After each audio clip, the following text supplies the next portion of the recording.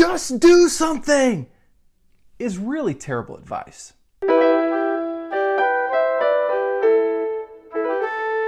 Hey, we're in the Proverbs Everyday Challenge where we're reading a chapter of the book of Proverbs every single day. If you want to hear more about this, be sure to check out this video and be sure to join the Facebook group if that's the kind of thing that you're into.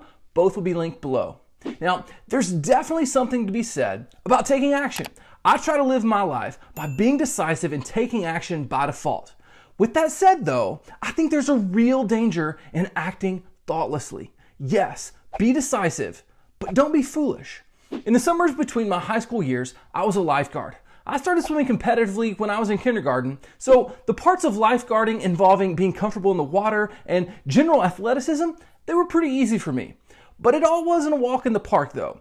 Something that was very, very new and very, very scary was learning to deal with head and spinal injuries. I'm really simplifying lifeguarding training here, so my apologies to all my fellow lifeguards out there, but the big idea is that if you see a person actively drowning, you get them out quickly. But if you suspect a head or spine injury, you slow things down and carefully remove the person as painstakingly as possible. Why? Because if their neck or back is broken, hasty or jarring moves would simply injure them further. Again, I'm greatly simplifying lifeguarding, a skill that requires tons of training and certifications. But there is a greater life lesson that it taught me.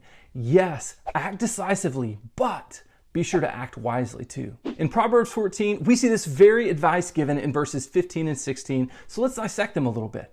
Only simpletons. Now, who is that? Those who lack experience and the wisdom that experience brings. Make sure you watch this video for more on that. Only simpletons believe everything they're told. Now, I know you've probably been tricked a time or two in your life. Maybe you had an older brother that told you that gullible was written on the ceiling, or maybe there was a bully that said, hey, you got something on your shirt, only to flick you in the face.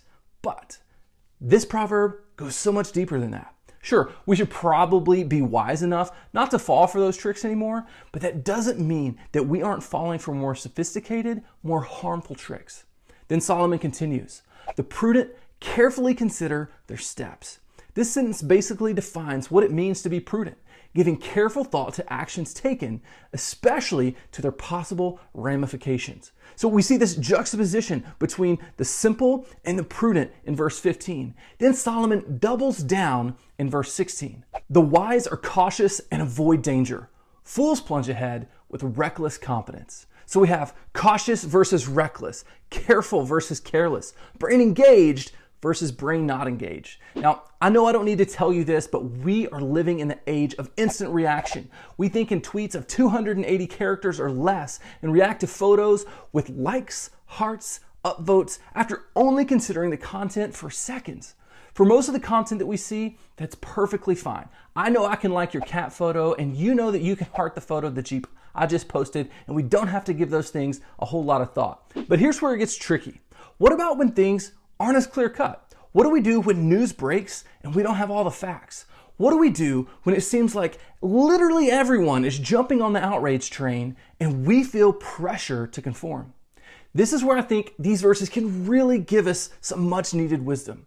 Only simpletons believe everything that they're told.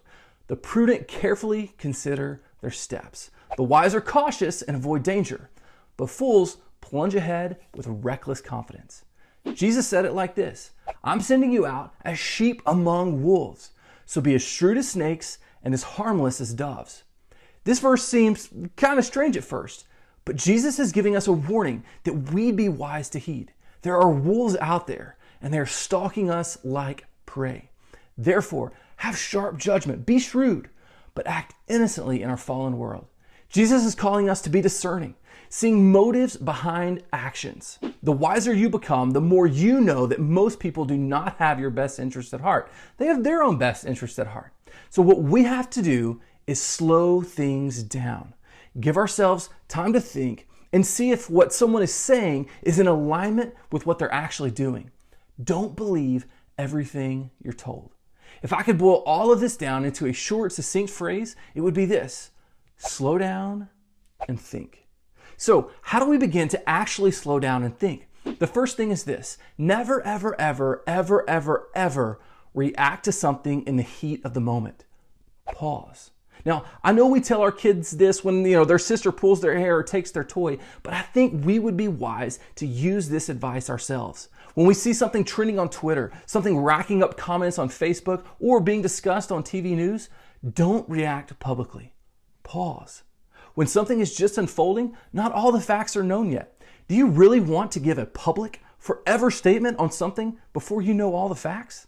Of course not. So believe me, the less you have on social media, the better. After all, the less a person talks, the more their words are valued. It's okay not to have a public opinion on everything. So we're not reacting publicly, we're slowing down so that we can think. But how do we do the thinking part?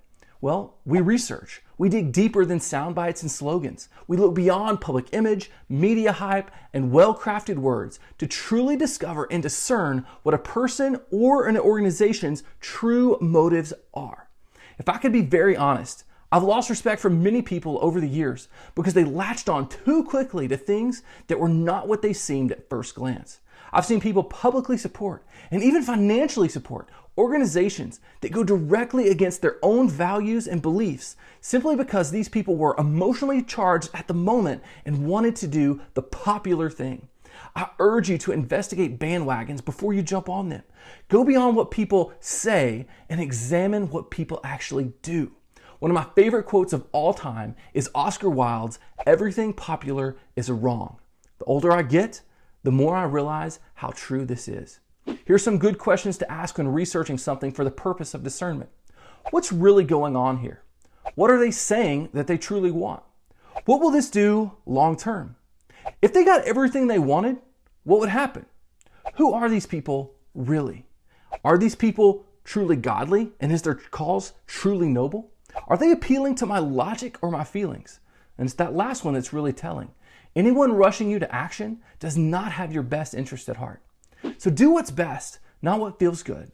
Pause, research, then pray. Ask God to show you the wise thing after you run down all the facts. I want to leave you with today's verse and a verse from the New Testament smashed together. Only simpletons believe everything they're told. Even Satan disguises himself as an angel of light. So no wonder that his servants also disguise themselves as servants of righteousness. In the end, they will get the punishment that their wicked deeds deserve.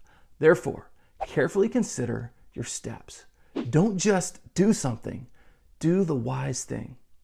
Hey, I hope you gained some wisdom from this video. If you did, would you please consider sharing it and be sure that you subscribe so that you can catch the next one when it drops on Thursday. We'll see you next time. Grace and peace.